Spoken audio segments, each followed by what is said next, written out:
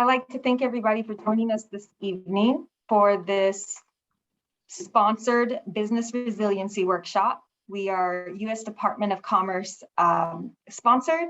The Washington MBDA Business Center has allied with strategic partners like Finesse Tucker to bring business leveraging and business resiliency opportunities to you. We're here on the call as a support to this work. I've been the beneficiary of sitting in on the November, the winter workshops, and I've really enjoyed each course because they have provided MBEs with information and practical tools that they can come off of the actual call from and be able to apply immediately to their business.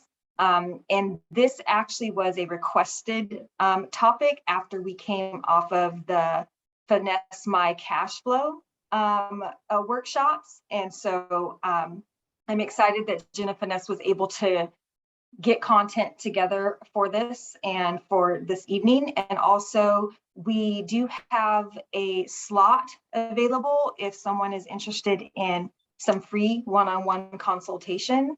I'll make sure that my email is in the chat, or you can give me your email and I'll reach out to you so that you can benefit from that. And with that said, I'd like to introduce business and subject matter expert, Jenna Finesse Tucker. Thank you, Orlantha. I appreciate that. So welcome. We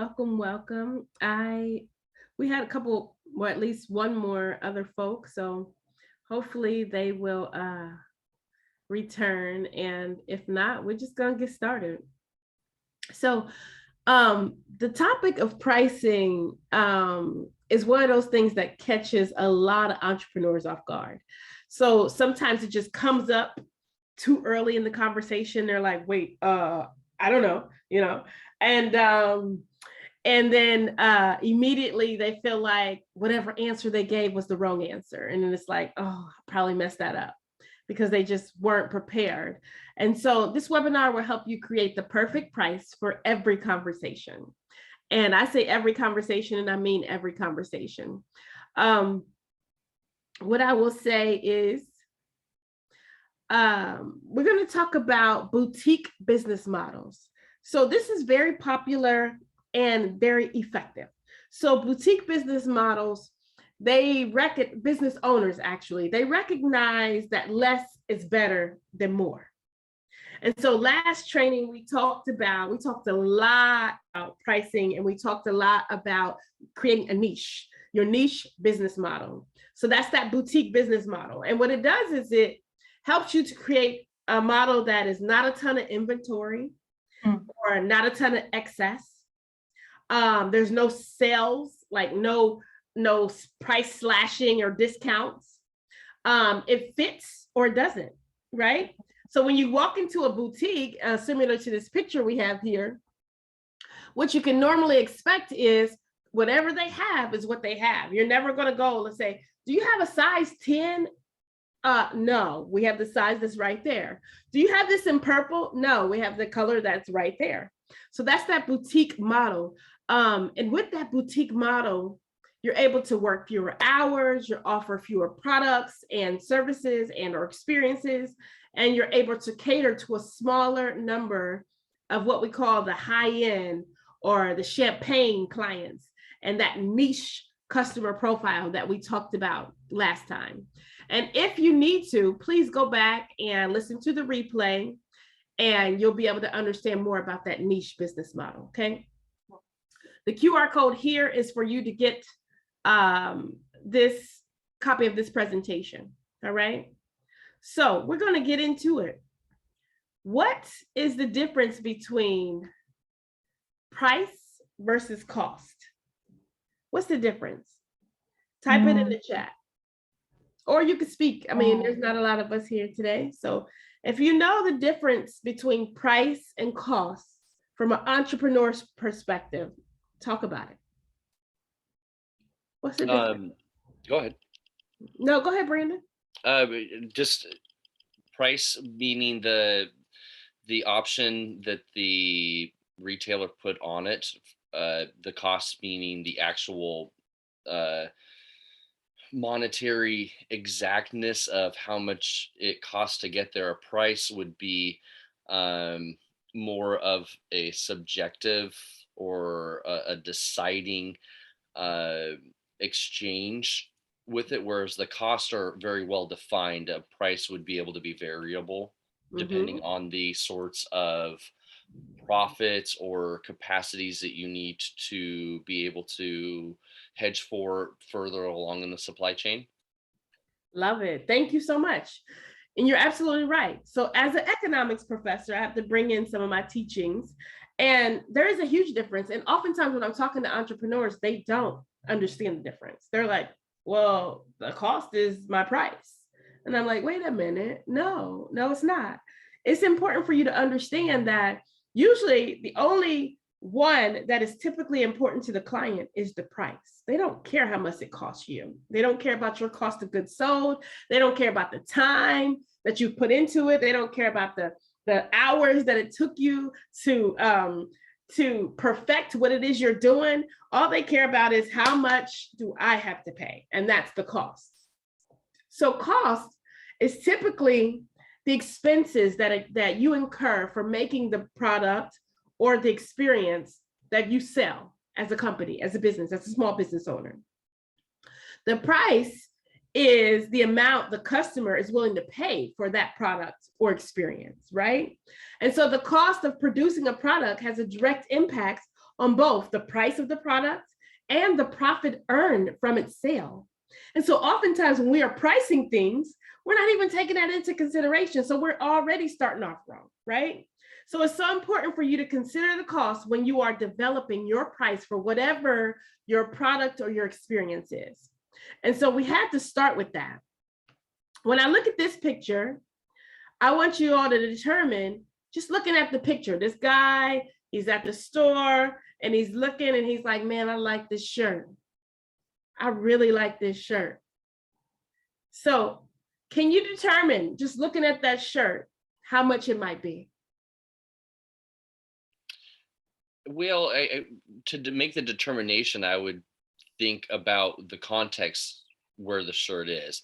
There's neon lights that are quite bright, and there's a line of clothing, and the clothing isn't very well packed together well. It's indicating a large city. You see a street light in the back. It's downtown. High-end clothing, you can assume, because of the spacing of the products, and because it's high-end clothing, it's probably high-grade inputs.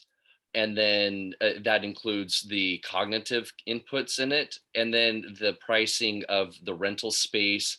You can see that, you know, the person Y3, that probably has something to do with generational messaging, something that might be hip. And so there's, from those guests, I would say that that's maybe a priced at $600, with the cost of where cost would be. That's a difference. There's the whole bunch of different ways that I would consider cost for it. What's the raw cost of it? What was the cost of energy that went into it? What was the cost of cognition that went into it? How many Oh my hours went into goodness. it? Brandon, you are good at this, okay? You could just be teaching this, but you're absolutely right.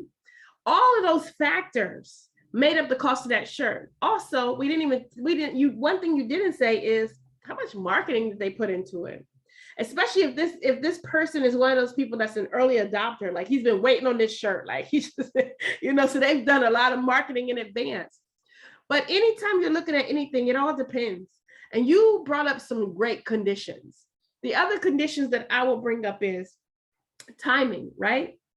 When is this? He has on a sweater, so we might notice that, okay, this might be in colder season. So right after colder season comes the warm season. And so we see that these are short sleeve. And so it's very likely that the seasonality, they just came out. And so it's very important to understand the timing, the worth. What is his goals? Like, is he about to wear this to a concert? Does he got to pop out that day? That comes from my 16-year-old. She's like, you got to pop out. So do he need to pop out, right? What is the cost of these goods, the expenses, the time, the willingness, the history? So all of that goes into the price of things. And so we're looking at a shirt, we got to look at more than just what that shirt is or whose brand it is, right? So this particular discussion, now that we've discussed the boutique pricing and how the pricing depends on a lot of different factors and conditions, we're going to discuss what the proper pricing is and what the real price could be. And we will go into pricing strategies and give you ways to price things correctly, okay, as a small business owner. So before we get into our content, let me just explain who I am for those of you that don't know. I'm Jenna Finesse. So my name is pronounced Jenna Finesse. I'm an educator. So I love to educate. And the reason why is because I love to teach and I love to learn. And so as an educator, I get to learn twice. I get to learn the information and then I get to spit it out and teach it. And I learn again as I'm doing that. I'm an entrepreneur myself. I like to solve problems and I like to get paid to do so. And also I'm an example. I came from nothing. I came from doing things the wrong way. I came from making a ton of mistakes. And so oftentimes when I'm talking to entrepreneurs, I can identify because I too have gone through some of the same similar mistakes that they've gone through. I have 3 successful businesses, currently 6 revenue streams. Most recently, I became an influencer, and I need to change this picture now because now I'm married. But this picture down here, we posted it on social media, and we actually got paid for it. So it's pretty amazing so now I'm an influencer. I mean, I've been an influencer before the term influencer became a term, but now I'm getting paid for my content. So I'm a true influencer. I've been teaching entrepreneurship for about 14 years. I'm a certified business coach for about 9 years and a certified life coach for the last 5 years.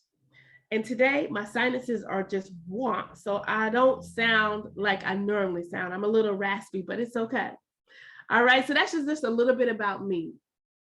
We're going to go into this pricing, the importance of proper pricing. So I'm going to give you a couple examples of underpricing and overpricing. So I am also, I didn't mention when I was talking about myself, I'm also the Vice President of Community Relations and Public Affairs at Seattle Credit Union.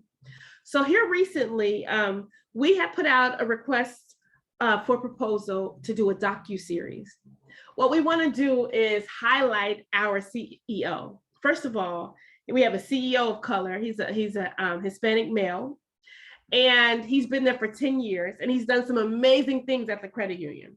And so we want to highlight him. We want to highlight some of the things that he's done since he's been there. And we want to do a docu-series, a day in the life of our CEO. And so we put an RFP out. Now, the first company that came back said they would do 3 2 to 5 minute videos.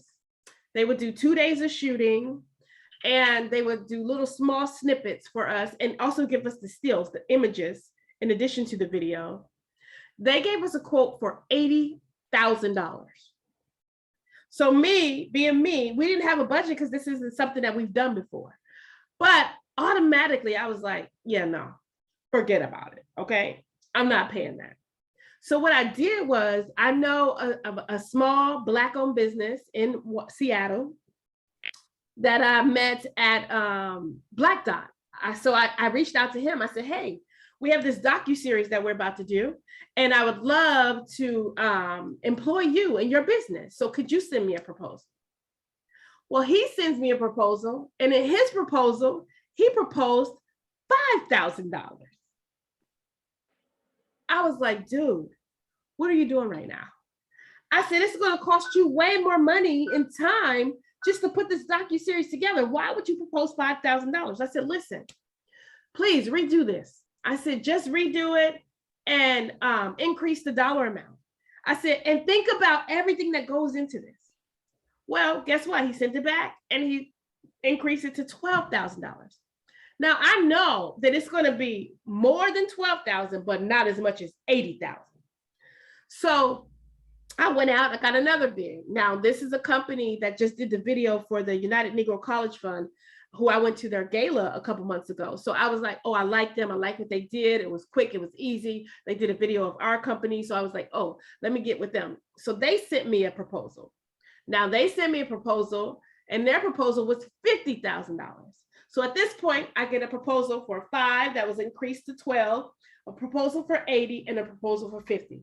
So I'm thinking, you know what? Yeah, no, I don't want to pay 50. I don't want to pay 80, but I know it should be more than 12. So I just went back to the company that I felt like was the, in the middle, and I know who could do the work. I said, listen, we don't really have a budget for this. We don't really have a guideline for it, but I don't want to pay 50,000. Okay. So is there a way you can come and do this for 30,000? And so they went away, they took the weekend, they came back, they said, hey, we can't do all of these things, but here's what we can do for 30,000.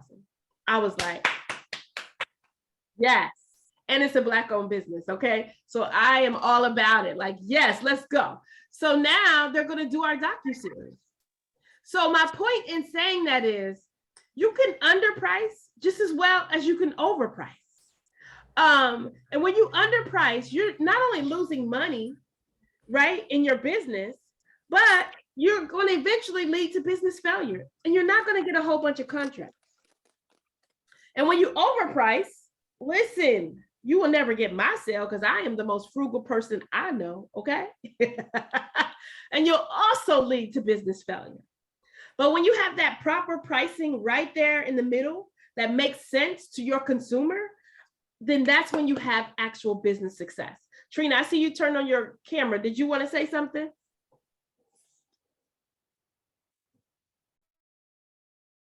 No, I'm sorry. That was an accident. Oh, it's all good. I was hoping you wanted to, give some feedback. No, it's all good.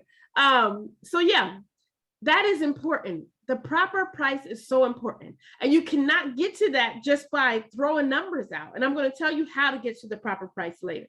But I wanted to give you those examples. I'll give you one more example. Here recently, I'm connected to a couple photographers. One I met through Sharks at the Beach, and now I'm connected to her on social media. So I got married last Friday, and it was just like, a really small, intimate ceremony. But what I wanted to do afterwards is I wanted to kind of take some photos because I'm all about the pictures. Like, that's important to me. So I reached out and I filled out her form, and she contacted me back.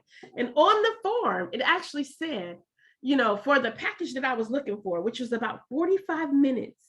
I didn't even want her to print anything out or anything. I just wanted her to take some nice professional 40, maybe even 30 minutes. It's not that serious. I just wanted some professional pictures to commemorate our wedding day.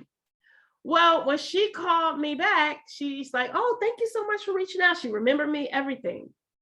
Well, for a 45-minute package, she said her price was $700. I was like, girl, bye. I ain't your customer. I said, ain't no way in this world I'm about to pay you $700. Girl, that's a plane ticket, okay? That's a whole trip the way I shop. So I was like, no, I'm not your customer. So she just absolutely overpriced herself. Instead of saying, oh, you just want 45 minutes. Actually, I can probably do this. I can squeeze you in for 30 minutes and get you 10 images for blah, blah, blah. And I would have felt more comfortable. But one thing she didn't do is ask enough questions. She just gave me a cookie cutter price, and she would have never got me as a customer. So I want to say what she did was, number one, she was not boutique. She was more like an outlet, right? So you want to be boutique and not the outlet. When folks go to the outlet, what are they looking for? When folks go to outlet stores, what are they looking for? Clearance. They're looking for clearance. They're looking for sales. They're looking for quick. They're looking for, things that are mass produced, right? So that's a different type of mindset. Those folks may not be the folks who you want coming into your boutique. When you are a boutique, you're customizing your prices accordingly. You consider the seasonality of your offering, right? If I am buying a spring blouse in the summer, it'll be cheaper, right? Because spring is over. But the same blouse in the winter will cost more because spring is coming, right? If I'm repurposing my content and facilitating a shorter session of a prior offering, like for example, if I do finesse my revenue streams, if I do that again, it might be cheaper because I'm not recreating material as a producer, right? As a facilitator. Another example is if I'm providing you with 8 images that I choose versus 8 images that you choose, you may want something you might choose one of the images that have a lot of shadows, or it takes extra work for photoshopping and all those things. But if I'm choosing those images, I'm going to choose images that are clear, low saturation, easy to render. And so I can offer you a customized product for that reason. And that's going back to that photographer. That's something that she could have did, and she chose not to. So of course she didn't get the sale. She didn't get the customer, right? So one of the things I want to say too is you got to give options. Give options and not discounts, okay? Always give options, 3 at the most, 3 at the most. Most times as a consumer, we're going to choose the middle option, right? That's the preferred option. And that's the one you pack with a lot of value added, because you know that's the one that's going to get chosen most often. But never, ever discount. If you lower the price, do so by lowering the options, okay? But give folks options when you are pricing things out. Just don't come out and say, oh, yeah, we charge $600 for that. You don't know if you're overpricing yourself. And sadly, you don't know if you're underpricing yourself, right? So never quote a price without knowing the severity of the pain or the pleasure of your client. And that pain and pleasure goes back to our last session where I talked about, as a small business owner, you should be doing 2 things, 1 or 2 things. Number 1, you should be increasing your client's pleasure, or you should be decreasing your client's pain. And so if you don't know the severity of the pain or the pleasure, then your offering may not be the solution, right? So never quote a price without knowing the severity of the pain or the pleasure of your client, okay? Next thing is be prepared. Oh my goodness, this is the reason why those conversations come up and you're like, wait, they asked about the price too soon. I'm in the process right now of hiring somebody. And one of the things that I know for a fact, I did a lot of interviews, and one person that I really wanted to hire, when we started talking about the salary, she was like, oh, I'm expecting this salary. Well, it was well over our range. So I was like, there's no need for us to continue conversations, boo-boo, because I ain't got it. It ain't in my budget. I didn't make this budget up. I just started this job. And there's no way that I can go back and say, hey, I really like this person. I have 6 other candidates, and all of them are within the salary range.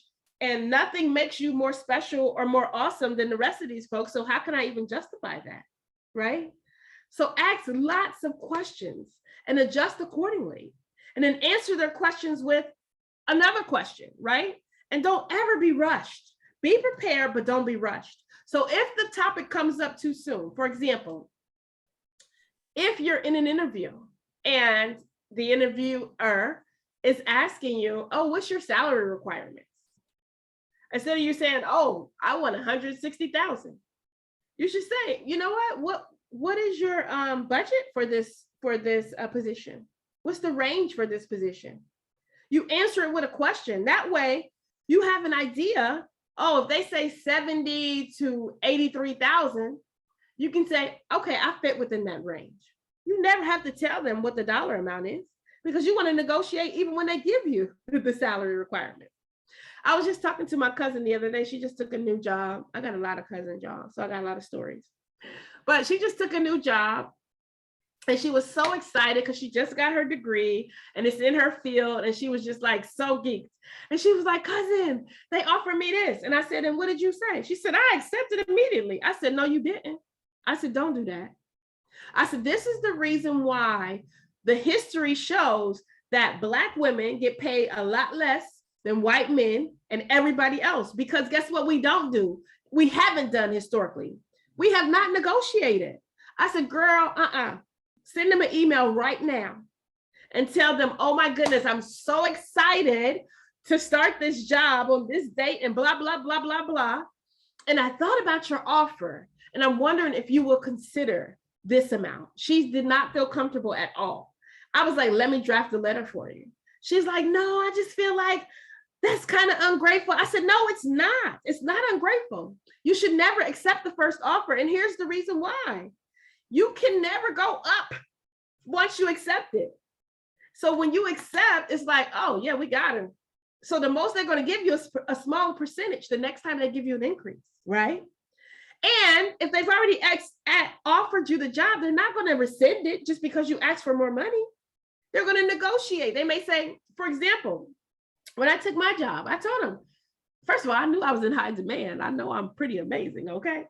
But I said, and my baby was working at McDonald's at the time, and she got a sign-on bonus, a $500 sign-on bonus at McDonald's. She's 16. I'm like, oh, if my baby can get a sign-on bonus, I want a sign-on bonus.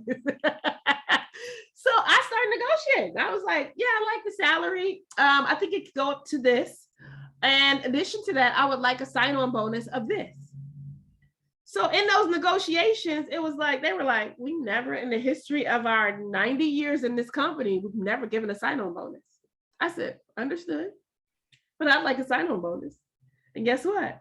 I'm the first person in my company to ever get a sign-on bonus because I'm going to negotiate. Now, had they said no, guess what? I would have said, okay, thank you. I still would have signed, but I wasn't going to let the opportunity pass. I'm like, shoot, I work for sign-on bonus. My baby's 16, she getting a sign-on bonus. So my cousin refused to negotiate. She felt like that was like being ungrateful. And I'm just like, no, it's not. You should never, ever accept the first offer. And of course, she missed out on the opportunity, but that goes more into psychological stuff and mindset and you know, self-love and everything else. But we ain't even talking about that. That's a whole nother class, okay? But my point is, always be prepared and don't be rushed. Don't be rushed into a number. And if they start trying to rush you into a number, then you say, hold on, I feel rushed. Let's stop. Let's see, let's make sure we're making the right decision here, right? Always negotiate and listen, right? Listening requires watching the nonverbals. If they flinch or if they wince, then they might be shocked, right? You want to pay attention to that. Absolute best question to ask in any negotiation is, what's your range? What's your budget? Because that will help you. Yes, Orlantha. Brandon had a hand raised. Oh, I didn't see it. Hey, Brandon. Yeah. Hi. So you're talking about negotiation, and it brings me back to a lesson that I remember being taught a couple of different times in business school, that when you're being presented with something, you want to go with 100% over what you expect. So if you expect to get $50,000, go into the negotiation asking for 100,000 and be serious about it and actually have the math done, completed in your head for as like the reasoning why. And there's actually opportunity to get that 100% more, particularly if you go through and you do your return on investment financials. But I mean, that's, I mean, you know, even still when you're dealing with, you know, something like where it's kind of, you're on the spot, it's still, it seems exaggerated, but in a lot of, you know, we're also talking about being entrenched into a socioeconomic status that's really draconian and sick for a long time. And so say, yeah, I deserve $500 million an hour. Yeah, that's actually true. I can spend that healthfully. Somebody else might not be able to do that, but yeah, of course I can. I mean, I know that personally. I'm not going to screw that up. Somebody else getting $1,000 an hour, that's perfectly acceptable. I mean, can you feed your child and still have some time to brush your teeth and think about, like, you know, maybe the chemistry of your tooth a little bit? I mean, that's interesting. I love it. Thank you for that, Brandon. And the awesome part about where you're starting at as a business owner is if you've gone to business school. A lot of the entrepreneurs that the Minority Business Development Agency deal with and PTAC and the Small Business Development Center, they haven't gone to business school. Yeah. They don't have those negotiation skills. They don't know like that this is important when it comes to pricing. And so that's why it's beautiful that you've gone to business school. You've had those negotiation training, because when I was in business school, I read the book, Never Split the Difference. You know, when I was getting my MBA, we went to Getting to Yes was another book in our negotiation training. So this is all a part of our training as going through business school, going through graduate school. But most of these entrepreneurs that we're dealing with on a daily basis do not have that background. So it's beautiful that you've experienced that, you understand that. So when you get into pricing your services or your experiences or your products in your business, that's going to come up for you. And it comes up for me, right? But when we look at the data and the statistics and the folks that, and Orlantha can speak to this, you know, the folks that you're dealing with on a daily basis, these things are not as intuitive. They don't come up as quickly. Would you like to speak to that, Orlantha, or you want me to go? Yes, I would just echo what you're saying, Jenna Finesse. And that's why these opportunities to refine perspective on these things is so valuable. We do get a lot of people that are passionate with great ideas. They're innovative.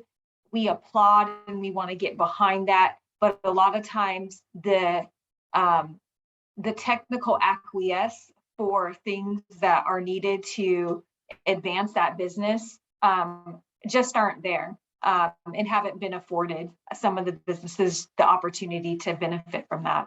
So that's why we try to create an educational space that doesn't cost any money, and to try to give seed and knowledge to businesses that wouldn't normally have it. Yeah.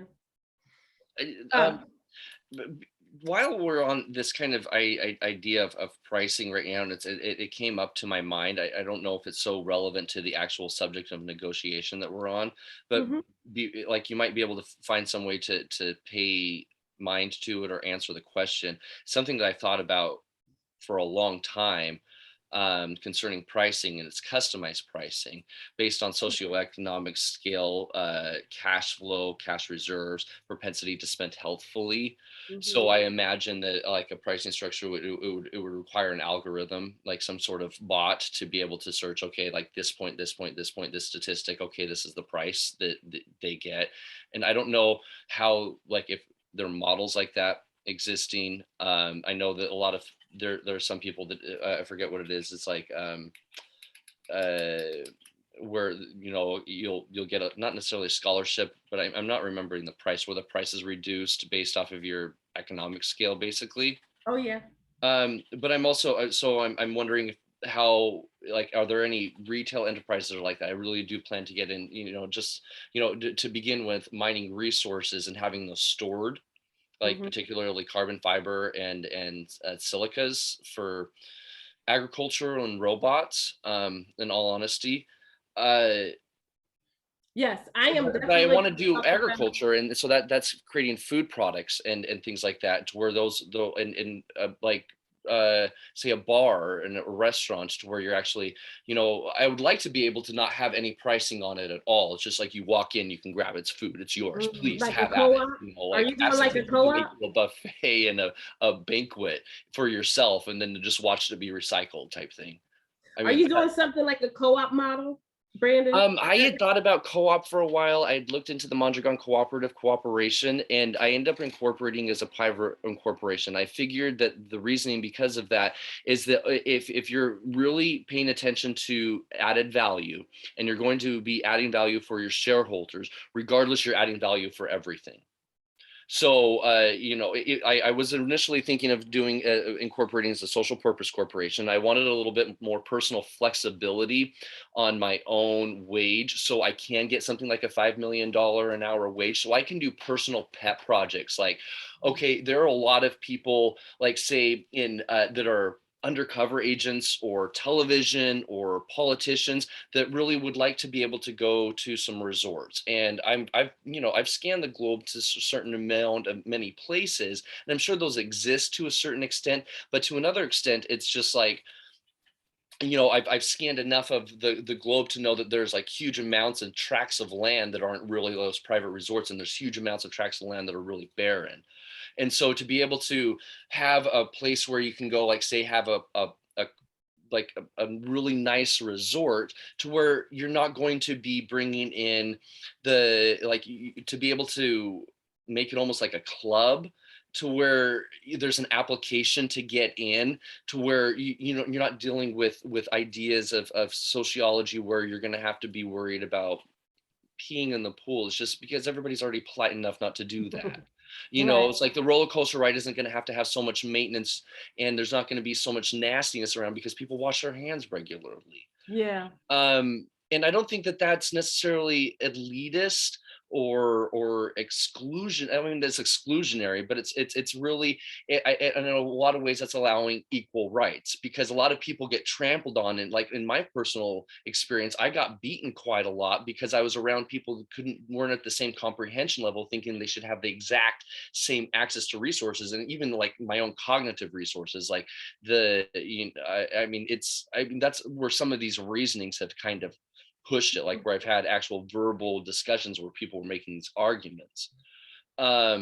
It gets to be insane proportions. And so it's just like, okay, I would rather, well, I mean, I would even like to be able to develop, enough resources for maybe even an arm of society that like where they were, developed from DNA or extracted from maybe from our DNA, where they don't even know our media exists. So they don't know World War II happened. They don't know Abraham was assassinated. They don't even know Abraham Lincoln.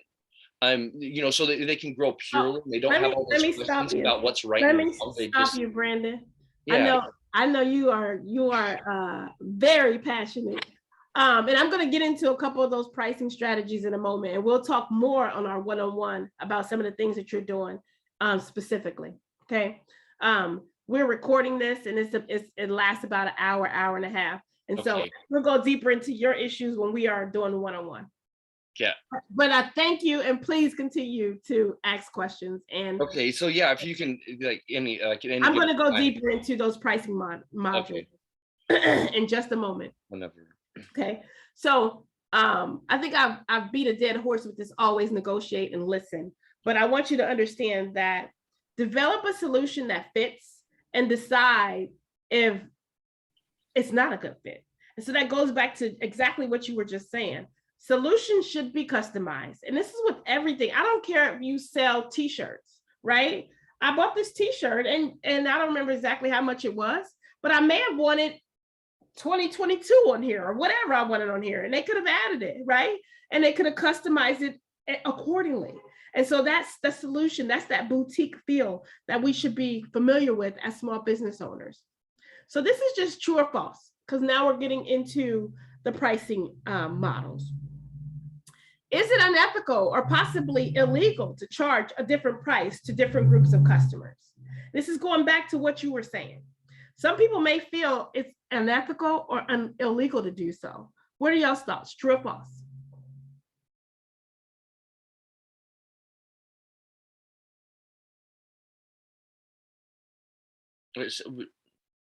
As a pricing model, as a pricing strategy, is it unethical or illegal to charge this price to these people for the same exact item and then charge this price to these people for the same? It depends on the reasoning. It does. So yes, based on ethnicity or disability, that's what Orlantha said. And then Brandon said it depends on reasoning. So this pricing model is called discrimination pricing. So it's charging different people different prices for effectively the same product. And so when you think about this, here's some examples I can give you. So one is a chamber luncheon. Like if you go to the Chamber of Commerce, normally they have pricing for members, right? That's a little bit cheaper than what they would charge non-members. So that's discrimination and discriminatory pricing, right? Another thing is like the basketball league that my daughter plays for. So if you live in the district, it's cheaper because guess what? They're already paying taxes. So if you don't live in a district, you pay a different price. So as long as you are not discriminating based on the factors that Orlantha described, meaning race, color, creed, those type of things, any of those protected classes, that's the only thing that you cannot use to use discrimination pricing. But anything else is just fine. It depends on your reasoning, just like Brandon said. So that's the first one I'll talk about. The next one, is $797 really cheaper than $800? I would say, it's obviously a rhetorical question, and that depends on your capacity to invest that extra $3 versus the customer's capacity to invest that $3 effectively and healthfully. And sadly, this is called psychological pricing, or it's called the left digit effect. So $797 is $800. Any way you slice it, okay? It's $800. And so what we do as consumers, we do that left digit effect. Okay, it's 700, so that's less than 800. I'll take it, right? But it's really $800. And I do this in my pricing. I have a Finesse My Finance package. That's $797. It's $800, any way you slice it. But if I just said $800, sometimes that rubs people the wrong way because $800 just seems like a lot of money. But $797 seems like it's a lot less. And we do that everywhere we go. If you look at pricing at Walmart, things are $1.37 or $1.99 at Fred Meyer or whatever. But hitting those price points that are slightly lower seem like it's less money than it actually is. And it's psychological. Do you think you believe that because of research that was recent that fed that information to you, or because it's an absolute? I believe it because I am a consumer and I'm a small business owner who's used it for quite some time. If I tell clients that something is $800, automatically they're like, ooh, that's a lot of money, just because of the $800 factor. But if I say something like, oh, it's $16.99, it just seems more palatable. And I don't know why, but I did a little bit of research, psychological research, and they say that this came into existence in the early 19th century. Everything used to be $1, or, now we got 99-cent stores, or we got all these things that's less than $1, but it's really $1, right? But it's effective. And we've all seen it as consumers, and it also works as business owners. So it is an effective pricing strategy. Some others that I'll go over. Now, there's tons of them, and I just gave you 2 examples of 2, but other than those, let's talk about promotional. So that's that temporary strategy to generate interest and launch a new product or sell in quantity, right? Then there's the closeout pricing. And as a boutique business owner, you do not want to ever do closeout pricing, right? But that's when you lower your prices to sell off your unwanted stock, your excess inventory, or your out of season perishable goods. So as a boutique business owner, you just bring those things back the next season and sell them at full price, right? And then there's like quantity. So that's a lower price for customers who purchase multiple units or large quantities of things. And that's similar to bundling. And bundling happens when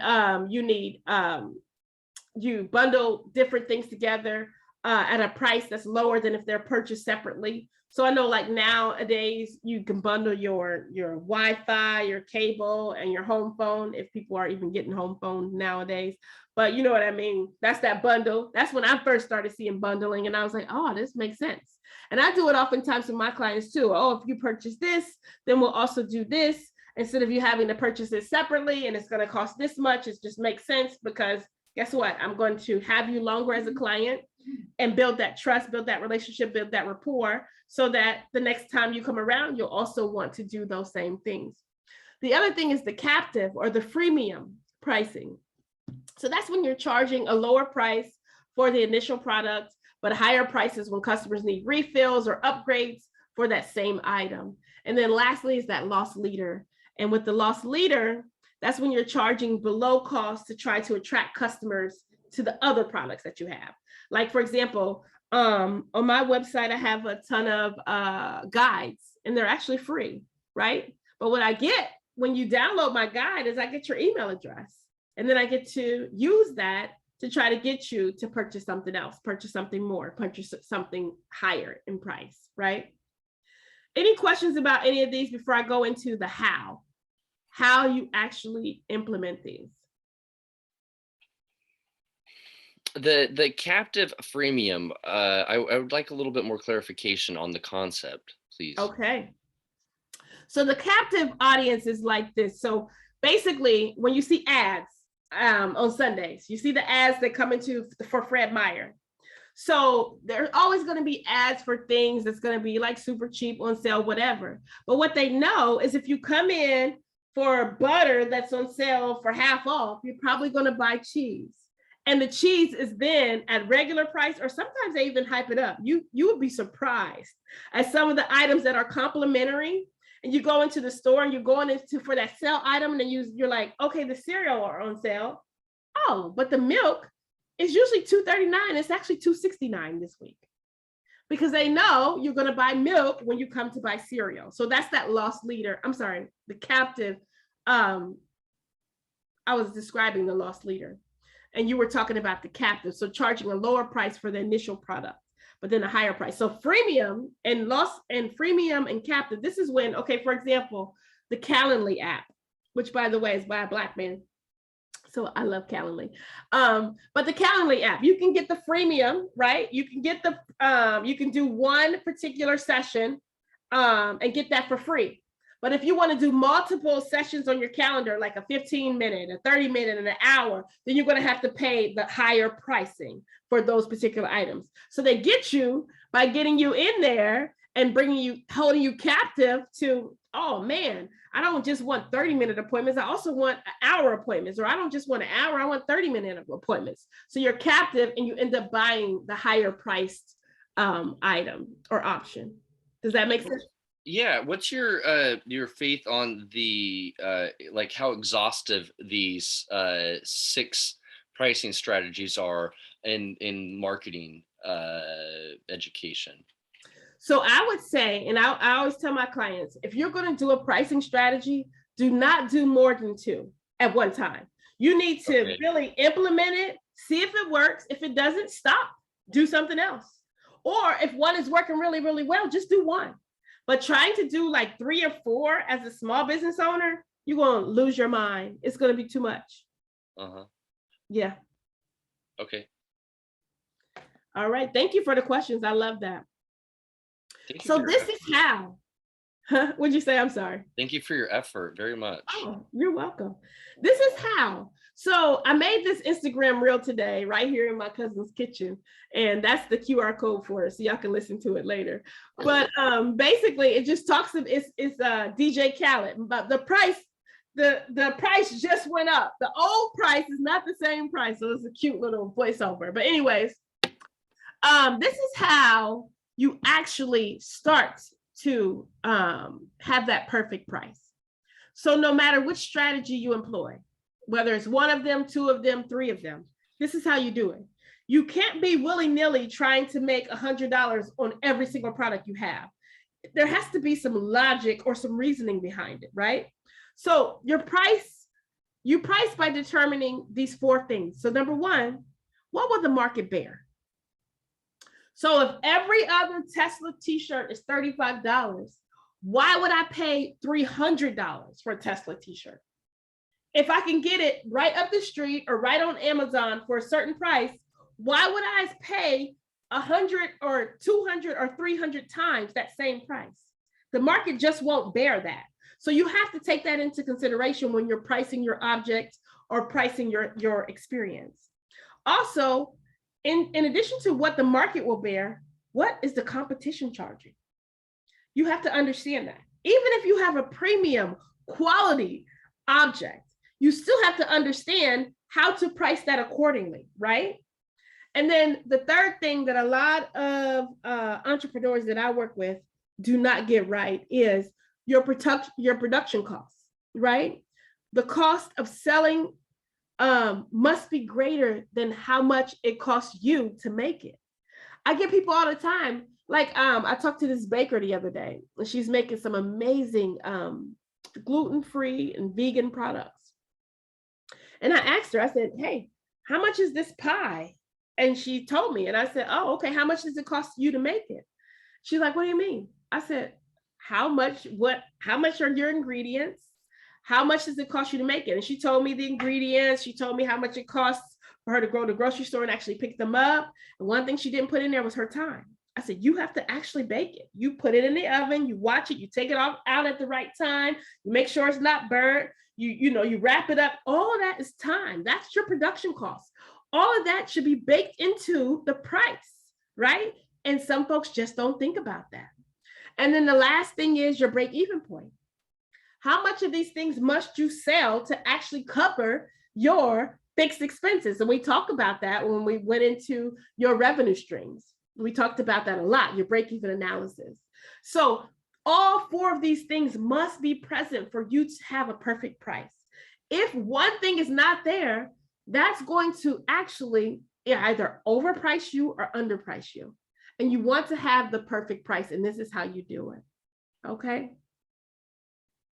So I'm going to wrap up and talk about, I'm going to review. So the first thing we talked about is proper pricing. The last thing we talked about is how to get that proper pricing. We talked about the real price being what your clients will actually pay. We talked about some of the pricing strategies. We went through those, and excuse me. And we talked about cost versus price, right? This QR code here is one way that you can review this particular webinar. So we really appreciate that, because social capital is important. Social capital is so important. People make buying decisions based on, what other folks think and like, right? So please, please, please write a review. I really appreciate it. And then also, in addition to the review, you can watch the replay. So you can watch the replay of Finesse My Revenue Streams with that QR code. You can get a copy of this presentation with the second QR code. And if you are interested, you can set up an appointment, a one-on-one session with me with this particular QR code. Okay. I am going to leave that up for a couple of seconds for anybody that's interested. And I'm going to turn it over to Orlantha. Thank you so much. More questions. You're welcome. Thank you so much, Jenna Finesse. I appreciate that. I feel like every time I'm in a session, I learn something new. Also, just to mention to Brandon, we do have a slot. I have your tilde at tilde.day. So I can send you an email if you're interested in getting a free one-on-one consultation package with Jenna Finesse. Yeah, please. Yeah, so I'll send you an email so that we can get that paperwork going and so that you two can connect soon. Okay, and I don't know how much the funding for this is linked to the Minority Business Development Agency, but I've done a little bit of research, and I don't think I have any way to be considered a minority in the United States. And so I don't know if I can use the resources. I really do appreciate the opportunity and to be able to engage, because I don't have a lot of opportunity to engage with people of racial minority myself. And so to be able to engage that and have an into a society that was a little bit, I don't know. I mean, I don't want to say like us, them versus things. It's just like they're different lineages, and so we grew up in different areas, and I don't have a whole lot of ins to that lineage of culture. So it's just like that. I would really be able to appreciate that, and if I could end up being if Tilde could end up being classified as a minority business just because of the amount of minorities that it's employed, that would be appreciable. I mean, not that I would more appreciate the facet of being able to reach other parts of society that I wouldn't otherwise. Okay, yeah. Well, definitely reach out and we can help you to identify some things, and if not, that's fine too, but we definitely have the resources available, and you can also share those with others, because I'm sure you may have some connections in one way or another. Not really. Yeah. Well, then you need to. You need to, Brandon. What was that? You need to. Yeah, I know. That's what I'm saying. It's like a good resource. You guys have just like, it's you guys, well, you two. See, I'm that steeped and far away from being near something that's not kind of white culture. I mean, it's that bad for me. And we can help you with that. We can get you connected, because I mean, it's necessary. Like and that's another reason why I appreciate you being here tonight, because I know that it's outside of your comfort zone, and I don't even know. Outside, it's extremely comfortable, actually. Oh, good. Yeah, no, like it just makes me. I don't want to like come off to where like it Hold on, Trina. like nearly every time that I've been in a situation where it's like there's more Afro-American people around me than white people, it's usually very comforting. Good. It's like, it's just like, mama make you cookies type feeling. go ahead, get your hand in the cookie jar. I mean, that's kind of the attitude that I feel when I'm, for the most part. I've, that, like I said, I grew up in rock and roll culture. And so I just haven't had a lot of. Oh, no. Oh, no. I'll reach out to him through email.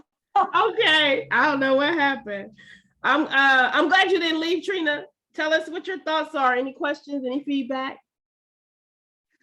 I do probably have some questions that I will address directly with you, specifics on pricing, but I didn't want to disturb your flow just to answer those questions. So I probably will reach out with some additional questions to you directly.